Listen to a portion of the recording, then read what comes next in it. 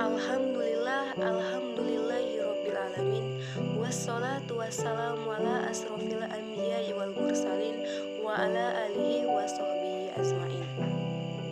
Yang pertama dan yang paling utama, marilah kita panjatkan puji syukur atas kehadirat Allah Subhanahu wa taala, yang mana beliau telah memberikan kita beribu-ribu nikmat, di antaranya nikmat kesehatan, nikmat keselamatan, serta nikmat kesempatan. Tak lupa sholawat berangkaikan salam kita hadiahkan kepada junjungan kita Nabi besar Muhammad Sallallahu Alaihi Wasallam, yang mana beliau telah membawa kita dari zaman jahiliyah ke zaman yang era benderang ini. Yang saya hormati Ibu Riris Nurholidah Rambe MPD selaku dosen bahasa sastra di kelas rendah, dan yang saya sayangi teman-teman sekalian. Baiklah, di sini kami akan menjelaskan tentang pembelajaran menyimak di kelas rendah. Baiklah, di sini saya akan menjelaskan tentang pengertian menyimak dan fungsi menyimak. Seperti yang kita ketahui, menyimak adalah suatu proses mendengarkan lambang-lambang lisan dengan penuh perhatian, pemahaman, apresiasi, serta interpretasi untuk memperoleh informasi, menangkap isi atau pesan, serta memahami makna komunikasi yang telah disangkut pautkan oleh pembicara melalui ujaran atau bahasa lisan. Yang kedua, fungsi menyimak. Fungsi menyimak yang pertama yaitu membuat hubungan antar pribadi lebih aktif. Yang kedua, memperoleh informasi yang ada hubungan atau sangkut pautnya pada pekerjaan atau profesi. Yang ketiga, dapat memberikan respon yang tepat. Dan yang terakhir yaitu mengumpulkan data agar dapat mengumpulkan keputusan yang masuk di akal. Bismillahirrahmanirrahim. Baiklah, saya akan melanjutkan penjelasannya. Adapun tujuan menyimak ialah yang pertama, menyimak untuk belajar, di mana orang tersebut bertujuan agar ia dapat memperoleh pengetahuan dari bahan ujaran sang pembicara. Kedua, menyimak untuk mengevaluasi, di mana orang menyimak dengan maksud agar ia dapat menilai apa-apa yang dia simak, baik buruknya, logis tidak logisnya, indah jeleknya, atau yang lain-lainnya. Ketiga, menyimak untuk menikmati, di mana orang yang menyimak dengan penekanan pada penikmatan terhadap sesuatu dari materi yang diujarkan, atau diperdengarkan, atau dipagelarkan, terutama sekali dalam bidang seni. Keempat, menyimak untuk mengapresiasi, di mana orang menyimak dapat menikmati serta menghargai apa-apa yang dia simak, yaitu misalnya pembacaan berita, puisi, musik dan lagu, dialog, diskusi panel, dan perdebatan. Baiklah, selanjutnya ada pun jenis-jenis menyimak.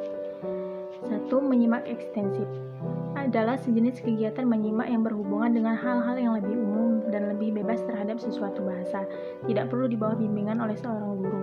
Pada umumnya, sumber yang paling baik untuk menyimak ekstensif adalah rekaman yang dibuat oleh guru sendiri, misalnya rekaman yang dibuat dari televisi, radio, dan lain-lainnya. Kedua, menyimak intensif. Menyimak yang diarahkan pada sesuatu yang lebih jauh diawasi, dikontrol terhadap sesuatu tertentu. Dalam hal ini harus diadakan suatu pembagian penting, yaitu diarahkan pada butir-butir bahasa sebagai bagian dari program pengajaran bahasa atau pada pemahaman serta pengertian umum. Ketiga, menyimak sosial atau menyimak konversasional atau menyimak sopan. Biasanya berlangsung dalam situasi-situasi sosial tempat orang mengobrol mengenai hal-hal yang menarik perhatian semua orang dan saling mendengarkan satu sama lain. Menyimak sosial mencakup dua hal, yaitu yang pertama, perkataan menyimak secara sopan santun dengan penuh perhatian percakapan atau konversasi dalam suatu situasi sosial dengan suatu maksud. Dan yang kedua, mengerti serta memahami peranan-peranan pembicara dan menyimak dalam proses komunikasi tersebut.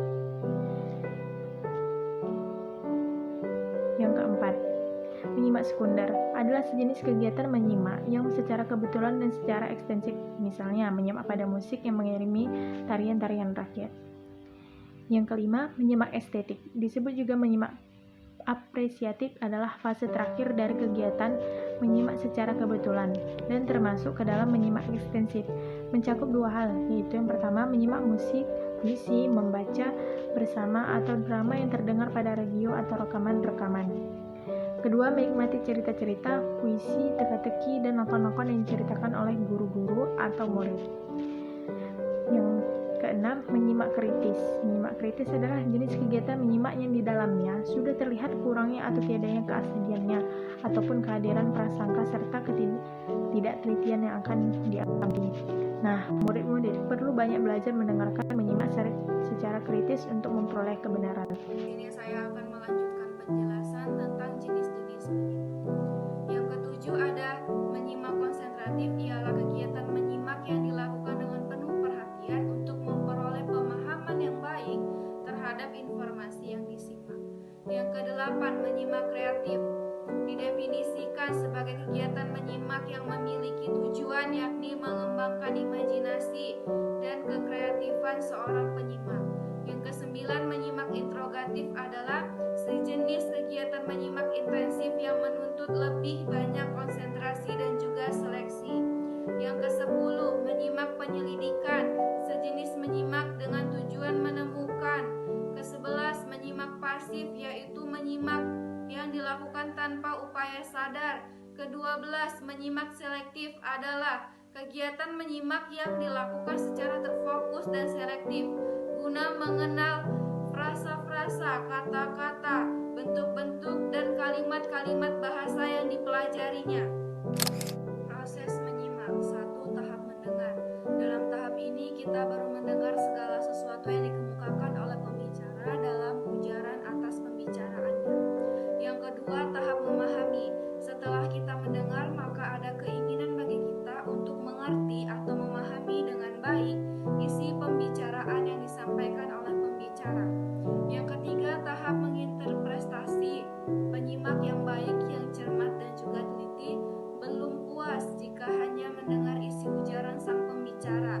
Dia ingin menafsirkan isi butir-butir pendapat yang terdapat dan tersirat dalam ujaran itu. Yang keempat, tahap mengevaluasi. Setelah memahami serta dapat menafsirkan isi pembicara, penyimak pun mulailah menilai atau mengevaluasi pendapat serta gagasan pembicara mengenai keunggulan dan kelemahan serta kebaikan dan kekurangan pembicara. Yang kelima, tahap menanggapi. Tahap ini merupakan tahap terakhir dalam kegiatan menyimak. Penyimak menyambut serta menerima gagasan atau ide yang dikemukakan pembicara.